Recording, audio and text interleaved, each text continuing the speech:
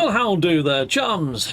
Chums, I want to talk about the Economist magazine. Now, they do this pretty much every year. They put out a cover of the Economist magazine. Now, I do reviews of the cover pretty much every year, year on year.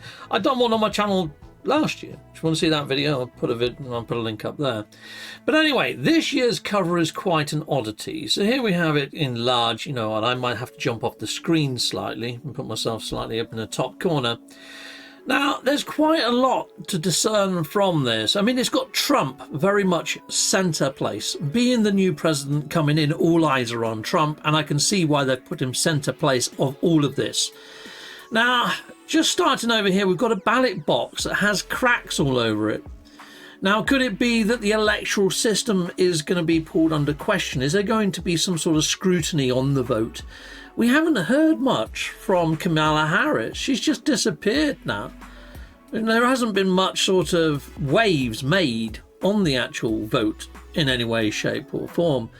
Now, something that I'm seeing here next to Trump is also a dollar sign. And we're seeing like this uptick going there. I'm wondering whether that means that the economy is going to start to recover under Trump. We can but only see. Now, we've got a city that looks like it's covered in fog or a smog. Now, this year has started off very odd, that we have actually started to see some sort of fog that has enveloped most major cities in the West. We've had planes that haven't taken off here in the UK, and we've had this fog descend on the US, and people are saying it's making them ill. If you jump over onto TikTok right now, you're going to see video after video saying this fog has made people ill. Now, funny enough, me and Ivy were actually over in Halifax, and it was extremely foggy on a couple of the mornings that we was out there. And Ivy ended up with headaches and a sore throat, and not about a day after, I enveloped said symptoms as well. Feeling very fatigued, not being able to sleep, feeling very restless, and just completely under the weather. And people are saying that they're the symptoms from this fog. Chime in, let us know what you think inside the comments. I just think it's winter flu virus, and I think it was just coincidence. But it does make you wonder, doesn't it? It really does. Then you've got all these zeros and ones to do with data. But it could also be to do with ushering in quantum computer chips, because they can see ones and zeros at the same time.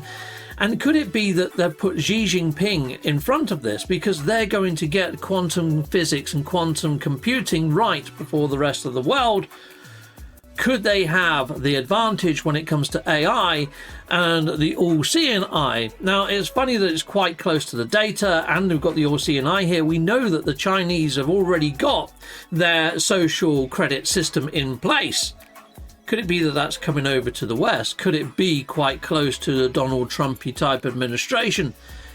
It's a bit worrying to see that we've got a needle here in way of vaccine yet again. And I'm wondering whether it's going to be to do with the bird flu. There's no birds on here. That's just complete speculation. There's nothing tying it together. But this whole thing with the egg timer here, I think time is running out when it comes to AI, quantum computing, and when it comes to digital IDs and all that sort of shenanigans. I honestly do think that is very much a narrative that's being driven. We've got Putin over here, we've got Zelensky over there, both sort of facing off against each other. That's still on the table, but it's been pushed to the outer echelons of the table now. It's not quite so dominant as it was in last year's front cover, and I'm hoping that by the end of this year it's off the table. I'd like to see that conflict brought to an end, and I'm hoping Trump can do that. A lot of people are upset that Trump got into office, but he was the only candidate saying that he wants to put an end to these conflicts. The funny thing is that we're not seeing Netanyahu on here, and we're not seeing anything to do with the Middle East on here. So I'm a little bit puzzled by that and perplexed. Maybe that's already wound down. I'm not seeing it on the news as often. Something that I'm finding very curious is, why is Saturn featured on here? Very unusual. So the reason that Saturn's rings are, the reason Saturn is featured, I think, because in 2025, the actual angle that we see Saturn at is going to be so square on that it's going to be that thin that we're not going to see it. So it's going to give you the best sort of viewpoint of Saturn if you're an astronomer. So that's happening.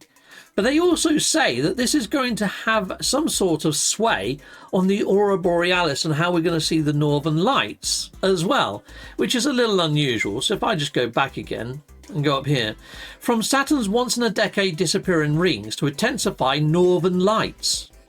5 must things, see things in 2025 when it comes to astronomics.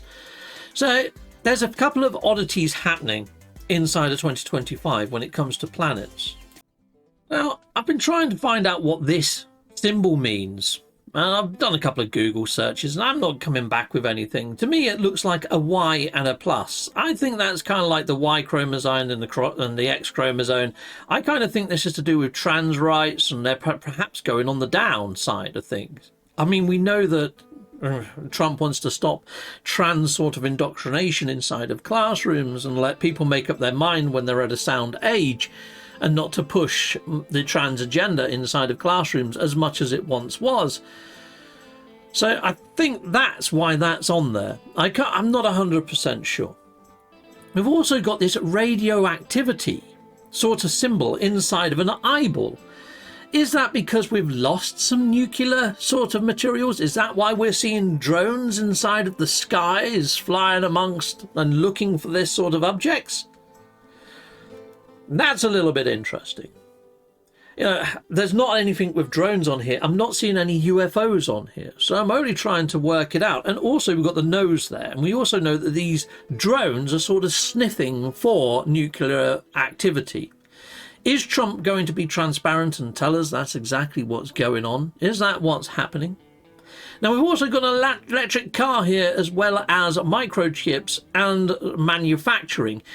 The problem is with making the batteries, making the solar cells and all that good stuff for these renewable energies is we need microchips. And the microchips are made over in Taiwan.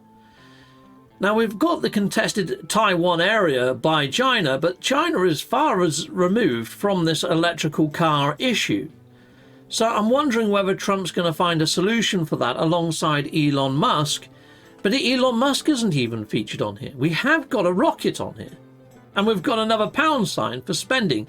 Is it going to be that Trump is going to reignite space-faring ventures? Now he's got Elon Musk on side, that could be the case. Are we going to put people back on the moon? Is Artemis going to happen in 2025? Looking online, it says NASA is set to spend $93 billion on Artemis moon program by 2025, report estimates. So maybe it's going to happen. Or maybe they're just going to keep spending money and it's never going to freaking happen.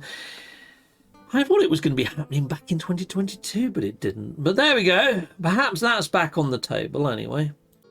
Something that's a little unusual is to see von der Leyen encroaching into this year's magazine cover. Being that Europe is quite in the crosshairs when it comes to all this sort of shenanigans kicking off between the Ukraine and stuff. But what's happening with von der Leyen? So if you look at von der Leyen for 2025, it appears that she might be in the crosshairs of becoming the new German sort of leader in a roundabout way. What with France's Emmanuel Macron being sort of neutered and all sorts of other stuff. It could be that something great is going to happen around her. I mean, I say great, I mean for her, probably not for Europe. I'm not her biggest fan, to be honest. I'm not really the biggest fan of anybody that attends the World Economic Forum over and over again that are towing the line. I like it when people get up on the stage at the WEF and tell them what they actually honestly think, like Trump did when he attended. But yeah, it's a bit of an odd one. I'm not a fan of her, and I'm a little bit concerned that she's encroached into this year's cover. Now, I've been trying to look into who this person is down here, and so far I haven't had much joy with that, and I'm not too sure why we've got a red fist. I'm wondering whether these are united in some way with this red wall, so I need to do a little bit of research into that segment, so just bear with me. Again, now you can actually click into The Economist and it tells you everything that The Economist has sort of said as to why they've used those images. So it goes into the whole thing with Trump and American First policy and all that sort of stuff.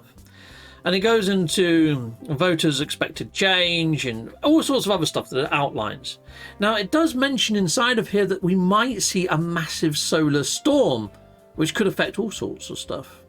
It's an interesting read, but it doesn't mention that lady's image to the lower area, or that red hand, or the wall. So it's a little bit odd that I can't find anything on why they've used those images, or who even the person is in that image. But even still, if you want to jump on here and take a read, I'll put links inside of the video description so you can see what is actually listed on the actual World Economic, the Economist magazine's page. Okay, well, I haven't had much luck in finding out who this lady is, so I'm going to upload the image. Let me just sign in 1 sec. Okay, simple question. Who is this? Boom. Let's see what they say. It looks like a historical portrait with the face obscured. The person is dressed in a period clothing, including a bonnet or headpiece. The style suggests it could be a film of her. Why is it obscured? Fudging heck. AI. It could be good, but it's not. Okay, right, so I used Tin Eye to find out what's going on, and I found out that it's Jane Austen. Took a little while, but yeah, it's Jane Austen. Lovely jubbly. Okay, now we've got the name Jane Austen, I can find out who she is. I know the name, I just don't know what she did. Okay, so Jane Austen wrote quite a few novels all around about sort of women's rights, pretty much. Oh, she even done Pride and Prejudice. Okay, there's a lot of this. I'm not very educated when it comes to historical characters of note, but at least we found out who she is and what sort of link she might have to that cover. Now I just need to understand what's happening in 2025 that could put this at jeopardy or increase it or have any sort of ramifications in 2025. Right, so in 2025 it's actually the anniversary of Jane Austen. Now, considering that Trump is doing some sort of celebration of everything American when he comes into office, perhaps part of the festival might be recognition of the works of Jane Austen and everything that she did for women's rights. Let's just hope that that gets included, because that wouldn't be a bad idea. So, from the cover of the whole thing with the World Economic, the Economist magazine, it's usually a lot of doom and gloomy type stuff. But to be fair, I'm seeing quite a lot of stuff here that isn't so doomy and gloomy, to be fair. I feel quite positive about the year 2025 in a roundabout way. There's a few things of concern, that has to be said, but I'm feeling better about 2025 than I was about 2024 or 2023 for that matter. So we shall see. We shall see. It's an interesting time. Something that I find a little bit odd is the actual positioning of the Earth in these two images here. It looks like the rotation has happened a little bit more here, because England looks far further north than I'm used to it being inside of this image. I'm wondering whether this is portraying that there might be a gradual tilt to the northern hemisphere. I could be wrong. I could be clutching at straws at that one. It's not the best sort of like rendition or illustration of Earth, is it, to be fair? But that looks like it's the correct orientation, and this one looks like it's not. And it's funny that this one's got the red background and this one's got a darker background. Could it be that there's going to be a little bit of a polar wobble, which could be part of this solar sort of blasting? I mean, that looks like the world getting hit by some sort of solar energy wave. So to see that on the Economist side, reading the Economist right down to say that there might be a solar storm this year, does make me wonder whether there's some of that going on. And I have noticed that the red brick is pretty much everywhere.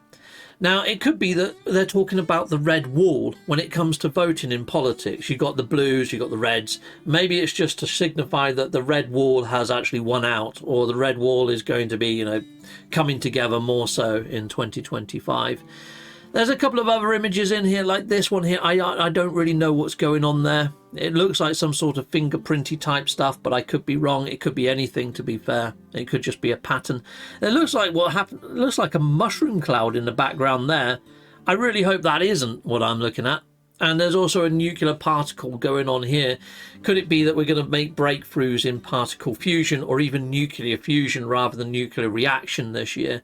I do hope that we manage to do that. There is actually a nuclear facility over inside of Oxford where they are trying to do mini particle colliding as well as nuclear fusion rather than nuclear reaction. If we manage to crack that, that's the first step towards becoming completely energy efficient and energy abundant. Now, I think that would be the first step to really getting somewhere when it comes to resource abundance as well. And if we get to resource abundance, that's a point that we can get rid of perhaps greed and perhaps even, poverty. Let's hope that something comes out of 2025 when it comes to clean, free energy. Now, I'm hoping. But anyway, people, that's everything I've got for you. That's the cover of this magazine. Was it conspiratorial? I don't think so. It's just speculating on why they used these images on this cover. And you can jump over onto the Economist magazine's website, which I'll put the link in the video description. You can read why they chose these images. I'm sort of going by my own theory and gut feeling as to why I think they chose those images. A few of them I had to research, and I'm still not 100% sure on why some of these were tied in. On the previous years, it's the same thing. Sometimes this sort of stuff doesn't make sense until the year is over and you're like, that's what that frickin' image meant. Yeah. Okay. Anyway, take a look back at my previous year and I think you'll see what I mean. And I think you'll be like, yeah. I mean, the last year's cover had the pangolin on it, which is that weird sort of armadillo creature. And this is before we found out that coronavirus probably came from a lab and all that sort of shenanigans. Or was that the year prior? Or was that the year prior to that? Anyway, I'll put a link. Until next time, goodbye, and goodbye again.